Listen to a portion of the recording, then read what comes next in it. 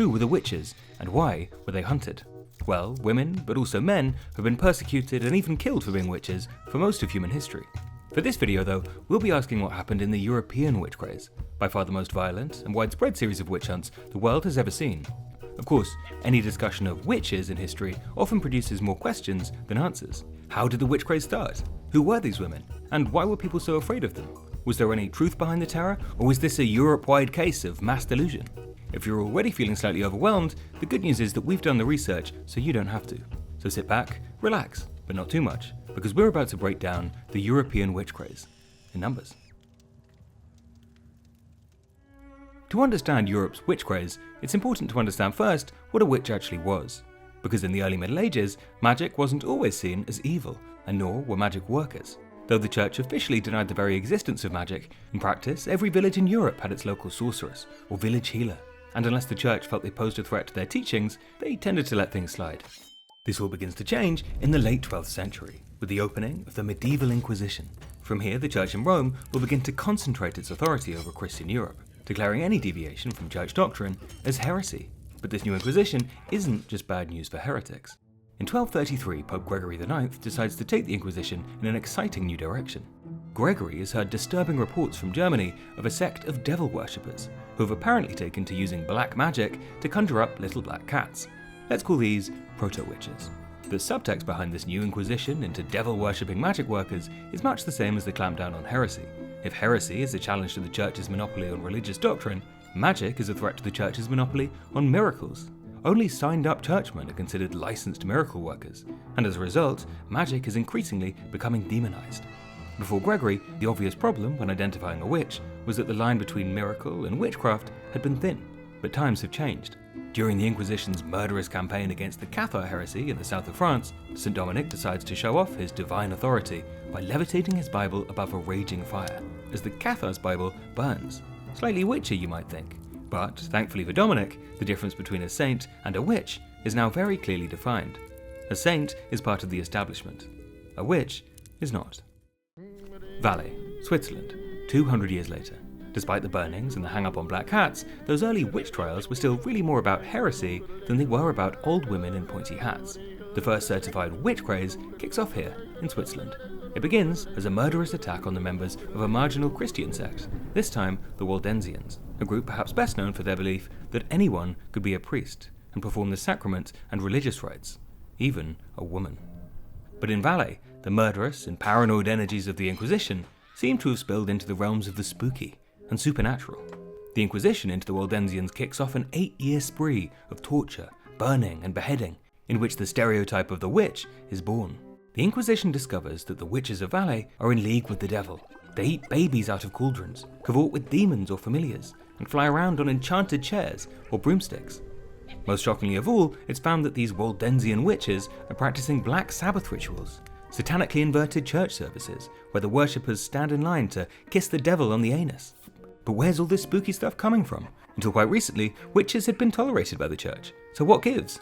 Perhaps the real issue here has less to do with magic per se, and more to do with women stepping onto spiritual turf reserved for male priests.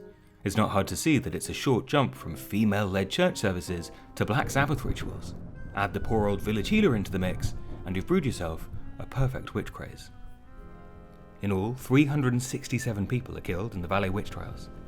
Over the next few hundred years in Switzerland, 10,000 supposed witches are put to death, more than anywhere else in Europe per population. At this early stage in Valais, men and women are killed in equal measure, but that will soon change. 80% of those executed in Switzerland would be female, and generally unmarried. In 1486, the infamous Malleus Maleficarum codifies and elaborates these new theories about satanic rituals and black magic. Witchcraft is, for the first time, officially recognized by the church. So now you have the backstory. The early years of Europe's great panic over witchcraft. The steady evolution of the folk healer into the devil-worshipping, broomstick-wielding, black cat-loving, baby-eating witch is complete. The bad news is, though, that things are only going to get worse from here, because events in Germany are about to open up a can of worms that will drive the hysteria into a full-on craze. The spark that sets the fire for Europe's great witch hunt comes, appropriately, on Halloween 1517. On October the 31st, 1517, Martin Luther nails his 95 Theses to the door of the Schlosskirche in Wittenberg. setting in motion a social and religious revolution that would become known as the Reformation. It's no coincidence that the events in Wittenberg are also the starting pistol for the European witch craze. As fear over the other side's strange and heretical religious practices sweeps over both Protestant and Catholic Europe, we see panic over witchcraft growing alongside. So perhaps it's no surprise that one of the first really nasty witch hunts in post-Reformation Europe takes place right by Wittenberg, in the German town of Würzburg. In 1625, Würzburg is a Catholic town in the epicenter of the Reformation. Tensions are high. This is not a good place to be a Protestant, or a Jew, and definitely not a witch. And when a late frost and a bad harvest leads to famine in Würzburg, the local Catholic Prince Bishop is quick to point the finger at all three. Over the course of 4 years, 212 people are put to death for the crime of witchcraft. 500 more die during their torture. But in the case of Würzburg, it's telling that both Protestants and Jews are targeted alongside witches. Now let's take a look at the neighbouring city of Bamberg, where the story is almost identical. Once again, the town is a tinderbox of religious conflict. Suspicion over religious deviancy is rife among neighbours. When a freakishly late frost arrives in May, the crops fail again and famine strikes. Rumour spreads of witchcraft, and Bamberg's Catholic Prince Bishop, Johann von Dornheim, senses an opportunity to rid himself of some unwanted neighbours. Dornheim hatches the plan of arresting a local peasant woman on suspicion of deliberately bringing about the frost through witchcraft. Under torture, the woman confesses not only to conjuring up the frost, but also to hosting satanic orgies with many of the wealthiest, most influential citizens of Bamberg. Interestingly, for von Dornheim, the guest list happens to include the wife of his political rival, the mayor of Bamberg, as well as the mayor himself and their entire family. All will be burned at the stake, and their property taken by von Dornheim. Von Dornheim, perhaps the period's most prolific butcher, is perhaps a good case study for how a witch craze happens. Sometimes the distinction between motivations is blurry. Religious intolerance, superstition, misogyny, and opportunism all play their part. If you ask von Dornheim why he killed almost 1,000 people, the answer would surely be all of the above. Of the 1,000 people tortured and tried at Bamberg, 900 are burnt at the stake. In southwest Germany alone, over 3,000 people are burnt as witches. And while the majority of witch burnings are carried out by the Counter-Reformation, their Protestant counterparts get stuck in too. In fact, by the end of the craze, more witches will have been killed in Protestant Europe than Catholic. But the most common thread among witch-hunting hotspots is neither being Protestant or Catholic, but being in an area of religious conflict. Nowhere experienced religious conflict quite like Germany. Across Germany, over 45,000 people are tried for witchcraft. Of these, 25,000 are put to death. The vast majority burnt at the stake. But let's dig into these numbers, because as horrifying as the numbers are, they do also reveal a common misconception about the witch trials, which is that the outcome of a witch trial was a foregone conclusion. Among the most infamous methods people have used to identify witches is to tie them up and throw them into a lake. If they float, they're guilty. If they sink, they're innocent. And while this does happen, it's in fact extremely uncommon. Witchcraft is generally tried in the same way as any other crime, in court. While in Scotland the conviction rates do indeed approach 70%, in Germany they're around 50-50. In other parts of Europe they're even lower. Clearly not everyone is buying the witch craze. But one problem for those managing the defense at a witch trial is that many of those accused actually are witches, or at least they think they are.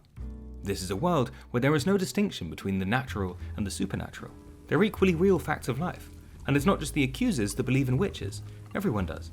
In the infamous Pendle witch trials in northern England, the accused woman, Alison Device, claims to come from a long line of witches.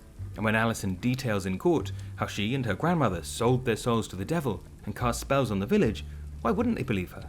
Some have speculated that the Pendle witch trials could help explain one of the most puzzling questions surrounding the witch craze in general, which is why women. It's true that women do tend to be the village magic workers, folk healers, and when things go unexpectedly wrong, like summer frosts or people falling ill, they fall immediately under suspicion. In Hungary, 50% of those accused of witchcraft are folk healers, but in Scotland, this would only account for about 5% of the victims. In France, only 2%. The simple truth about why witches were so often women boils down to the obvious: misogyny. Men and women can both find themselves in the grip of the devil, but as the weaker sex, women are considered more easily tempted, just as Eve had been. Overall, around 75% of those executed as witches in Europe were women. In England, this figure is closer to 90%. And of these women across Europe, the majority are over 50 years old, at a time when life expectancy is still quite low. Again, why? partly because they're more likely to own property, making them an appealing target for avaricious neighbours. They're also more likely to stand up for themselves and risk the full force of the law, which is death. In other parts of Europe, though, women fare much better. In Scandinavia and Russia, for example, the craze doesn't seem to have a female skew, in part because practicing magic wasn't necessarily gendered. But while women in England do come off worse compared to men, overall the craze never really catches on in the same way that it does on the continent. Most likely because England never really experiences the same levels of social upheaval, which, over the course of the European witch craze, saw at least 60,000 people executed for the crime of witchcraft. So, what to make of all this? Of course, there are strands that run through the whole sorry story: superstition, state violence, religious intolerance, misogyny. But the fact is, there was no one great witch hunt. This was not an organised programme, but a series of countless disconnected events.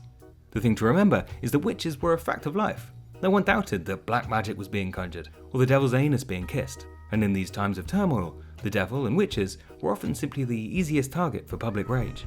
The craze peters out across Europe, not coincidentally, as religious conflict starts to calm, and the church's influence over criminal justice and the affairs of states becomes less pronounced. In most of Europe, apart from Switzerland, the practice dies out by the early 1700s.